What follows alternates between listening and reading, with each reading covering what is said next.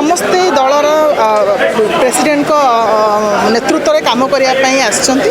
ସମସ୍ତେ ସାର୍ଙ୍କ ନେତୃତ୍ୱରେ ହିଁ କାମ ସମସ୍ତେ ଉତ୍ସାହିତ ଅଛନ୍ତି। କେଉଁମାନେ ନିଜର ପର୍ସନାଲ ଟାଇମ୍ ଯୋଗୁଁ ଆସିପାରି ନଥିବେ, ସେଟା ମେ ବି ନିଜର କାର୍ଯ୍ୟବ୍ୟସ୍ତତା ଯୋଗୁଁ ଆସିପାରି ନଥିବେ, କିନ୍ତୁ ସମସ୍ତେ ଉତ୍ସାହିତ ଅଛନ୍ତି।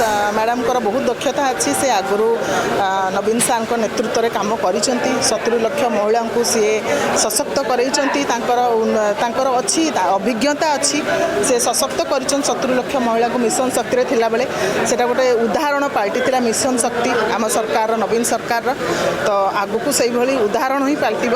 ସାଧାରଣ ଲୋକମାନେ ନିଶ୍ଚିତ ଭାବରେ କର୍ମୀ ହୁଅନ୍ତୁ, ଦଳର କର୍ମୀ ହୁଅନ୍ତୁ, ସାଧାରଣ ଲୋକ ହୁଅନ୍ତୁ, ମୁଁ ଭାବୁଛି ସମସ୍ତେ କଇଠୁ କଇନା ଗୋଟେ ଆଶା ରଖିଛନ୍ତି ମ୍ୟାଡ଼ାମଙ୍କ ଉପରେ।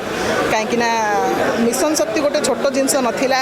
ଗୋଟେ ମହିଳା ହିସାବରେ କହିବି, ମିଶନ ଶକ୍ତି କେବେ ବି ଗୋଟେ ଛୋଟ ଜିନିଷ ନଥିଲା। ଗୋଟେ ଘରଣୀକୁ ରୋଷେଇ ଘରୁ ଆଣି ସେ ବାହାରେ ଯେତିକି ସଶକ୍ତ করে ଗୋଟେ ଏଣ୍ଟରପ୍ରିନର ବନେଇ ସାରିଥିଲା ମିଶନ ଶକ୍ତି। ତ ଆଗକୁ ମଧ୍ୟ ସେଇଭଳି ମହିଳାମାନେ ଆହୁରି ସଶକ୍ତ ହେବାକୁ ଯାଉଛନ୍ତି। ମୁଁ ବହୁତ ଉତ୍ସାହିତ ଅଛି। ଦଳରେ ସମସ୍ତେ ଦଳର ପ୍ରେସିଡେଣ୍ଟଙ୍କ ନେତୃତ୍ୱରେ କାମ କରିବା ପାଇଁ ଆସିଛନ୍ତି। ସମସ୍ତେ ସାର୍ଙ୍କ ନେତୃତ୍ୱରେ ହିଁ କାମ ସମସ୍ତେ ଉତ୍ସାହିତ ଅଛନ୍ତି। କେଉଁମାନେ ନିଜର ପର୍ସନାଲ ଟାଇମ୍ ଯୋଗୁଁ ଆସିପାରି ନଥିବେ, ସେଟା ମେ ବି ନିଜର କାର୍ଯ୍ୟବ୍ୟସ୍ତତା ଯୋଗୁଁ ଆସିପାରି ନଥିବେ, କିନ୍ତୁ ସମସ୍ତେ ଉତ୍ସାହିତ ଅଛନ୍ତି।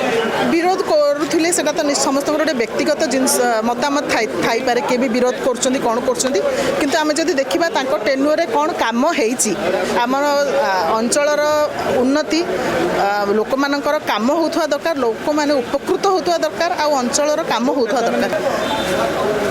ସେମାନଙ୍କର ବିରୋଧ କାହାର ସମସ୍ତଙ୍କର ନିଶ୍ଚିତ ଭାବରେ ଗୋଟେ ବ୍ୟକ୍ତିଗତ ମତ ଥାଇପାରେ। ମୁଁ ତାଙ୍କର ବ୍ୟକ୍ତିଗତ ମତ ଉପରେ କହିବାର ଉଚିତ ହେବନି, କିନ୍ତୁ ଜଣେ ଦଳର କର୍ମୀ ହିସାବରେ, ଜଣେ ସାଧାରଣ ଲୋକ ହିସାବରେ, ଜଣେ ମହିଳା ହିସାବରେ ମୁଁ କହିବି କି ସମସ୍ତେ ଉତ୍ସାହିତ ଅଛନ୍ତି। ଦଳରେ ସାର୍ଙ୍କ ନେତୃତ୍ୱରେ ଆମର ଦଳ ନିଶ୍ଚିତ ଭାବରେ ଆହୁରି ସୁଦୃଢ଼ ହେବ।